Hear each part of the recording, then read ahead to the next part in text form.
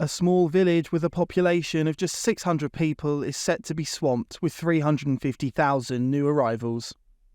A think tank that has Labour's ear wants to turn the Bedfordshire village of Tempsford into a new town, calling it the best connected greenfield site in Britain, due to its location on an intersection between East Coast Main Line and the proposed East-West rail line. Residents are understandably enraged. Locals are calling the plans to destroy their idyllic, ancient village a joke that would decimate everything in their wonderful area. Labour has promised 1.5 million new homes over the next Parliament, as its younger voting base struggle to get on the housing ladder. You'll see here how Labour is the largest party, especially among the young. But in a country where older homeowners mobilise to block new developments, it's a tough target, especially as Deputy Prime Minister Angela Rayner has promised not to concrete over the countryside. Whether they can keep these promises is debatable, after Starmer committed to Get Britain building in the general election. We also want to take the tough decisions to change the rules when it comes to planning and development so that the drivers of housing are local areas according to local need. Developers and landowners actually have a vested interest in not building so many houses because that keeps the price high. We want to change that model and make sure that many, many more houses are built and that the price comes down. He then cemented this promise in the King's speech.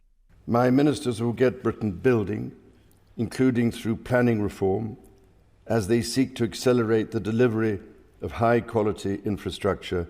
Despite Labour's promises not to concrete over the countryside, these plans seem to do just that, turning an ancient settlement dating back to the Domesday Book nearly 1,000 years ago into a new town like Crawley or Milton Keynes. One resident told the Daily Mail, "It's a complete joke. There's nothing wrong with a few houses, but to turn a village with historic connections to the Domesday Book into a city is mad. I cycle for miles every day and see all of the wildlife, deer, rabbits. It's wonderful." The man said he had sympathy for the need for new homes, but expanding here is crazy, he says. Some residents are resolute in their opposition, vowing to block any development. Others don't think their actions will make any difference. Paulette Smith, who's lived in Tempsford since 1996, sighed, "The big boys come in and do it anyway. No matter how much we shout and scream, it doesn't matter what government it is, they're all the same."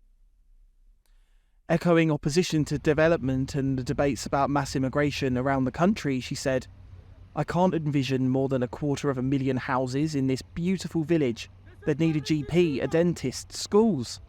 The report dismisses all that. It says there's an exceptionally strong case for building the supertown, and in a chilling admission, read, "Tempsworth has every prospect of becoming a major economic centre." A new London? Birmingham? Manchester, perhaps? Nicholas Dunning, GB News.